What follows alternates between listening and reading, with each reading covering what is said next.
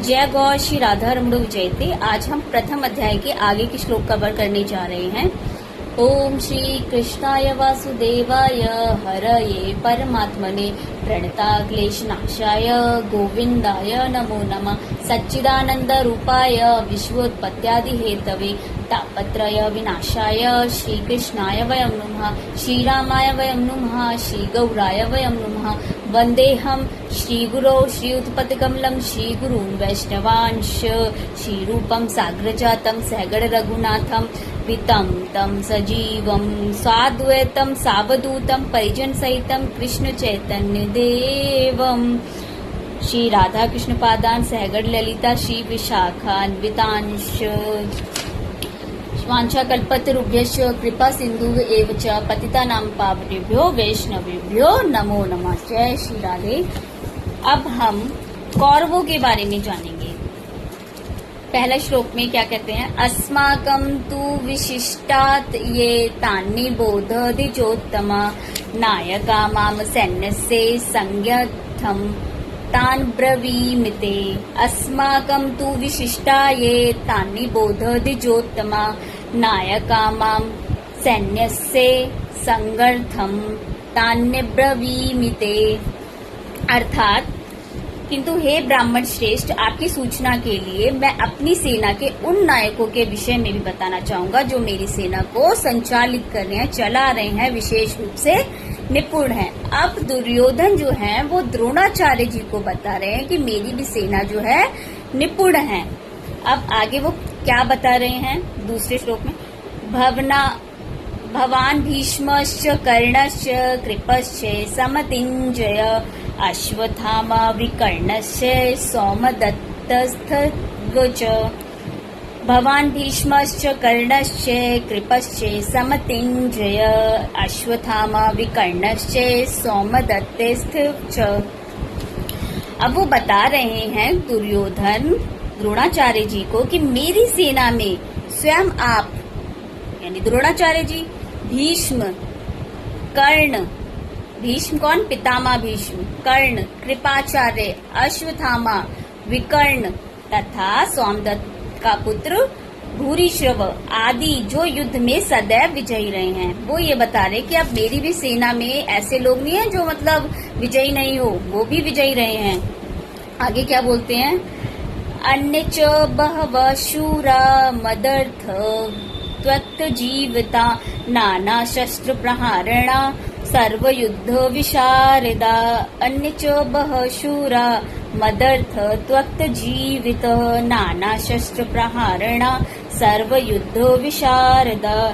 ऐसे अनेक वीर जो अपने जीवन का त्याग करने में उद्यत हैं, वो विविध प्रकार के नाना शस्त्र प्रहारणा मतलब बहुत सारे हथियारों से सुसज्जित और युद्ध, सर्व युद्ध विशारदा, युद्ध विद्या में निपुण ऐसे लोग हैं मेरी सेना में। किसकी सेना में? कौरवों की सेना में ऐसे लोग हैं।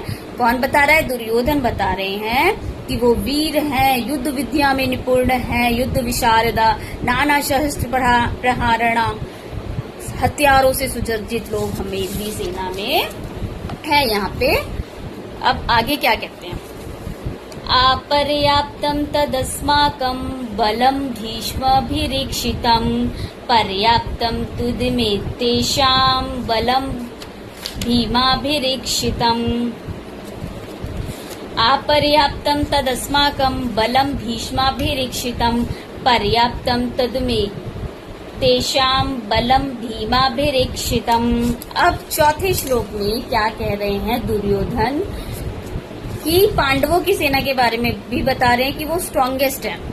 सेना के बाद जो पांडव जो हैं वो जीतने की कगार में ही उन्हें नजर आ रहे। क्यों? क्योंकि द्रोणाचार्य जो कि उनकी टीम में खुद हैं, उनके गुरु होकर, लेकिन उनके फेस पे कोई उत्साह नहीं दिख रहा और किसी भी तरीके की एक्साइटमेंट नहीं दिख रही। तो उनको लग रहा है कि भाई नेक्स्ट टू इम्पॉसिबल है भाई युद्ध जीतना, ठीक है, क्योंकि द्रोणाचार्य मौन दिख रहे हैं वो।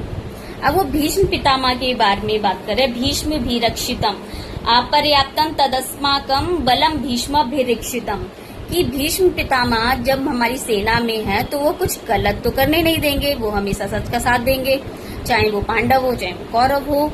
तो इस चीज से जो दुर्योधन है उनको अपर्याप्त लग रहा है, जीतना अपर्याप्त लग रहा है।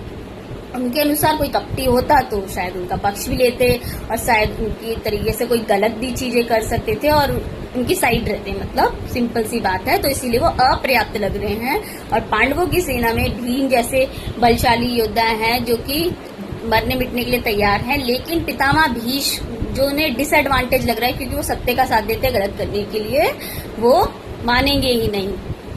इसी प्रकार से कंपैरिजन कर रहे हैं वो। 5वें श्लोक में देखते हैं, अयनेषु च सर्वेषु यथा भागम वस्थिता भीष्मेवाभिरक्षन्तु भवन्तः सर्व एव हि। अयनेषु च सर्वेषु यथा भागम वस्थिता भीष्मेवाभिरक्षन्तु भवन्तः सर्व एव हि। अब यहाँ पर भीष्म पितामह को सुरक्षित रखने के लिए कहा जा रहा है। अतएव सैन्य व्यूह में अपने अपने मोर्चों पर खड़े रहकर आप सभी पितामह भीष्म की पूरी सहायता करें। क्यों भाई सहायता करें भीष्म पितामह की? क्योंकि जहाँ डिसएडवांटेज है वहाँ एडवांटेज भी है कौरवों के पास। क्यों एडवांटेज है? यहाँ दुर्योधन, जैसे हमने पहले भी डिस्कस किया कि दुर्योधन जानते हैं कि भीष्म है, जब तक जीतना जो है असंभव है क्योंकि वो गलत करेंगे नहीं। इसी प्रकार से एक एडवांटेज ये है कि पांडव भी कुछ नहीं करेंगे। अगर भीष्म पितामह कुछ गलत नहीं करे तो पांडव भी गलत नहीं करेंगे। अब आगे देखेंगे कि किस प्रकार भीष्म पितामह अपनी जिस प्रकार देह त्याग करते हैं उसके बाद ही पांडवों में भी थोड़ा जोश आता है, क्योंकि पांडव भी भाई गलत जो नहीं कर रहा सामने से तो वो गलत क्यों करेंगे। अब 6ठे श्लोक में देखते हैं, तस्य संजनयन हर्षम कुरुवर्धा पितामह सिंहनादम विनेद उच्चे शंख दधामो प्रतापवान। तस्य संजनयन हर्षम कुरुवर्धा पितामह सिंहनादम विनेद उच्चे शंखम दधामो प्रतापवान। अर्थात तब कुरुवंश के वयोवृद्ध, अब कुरुवंश के जो वयोवृद्ध कौन है? पितामह भीष्म।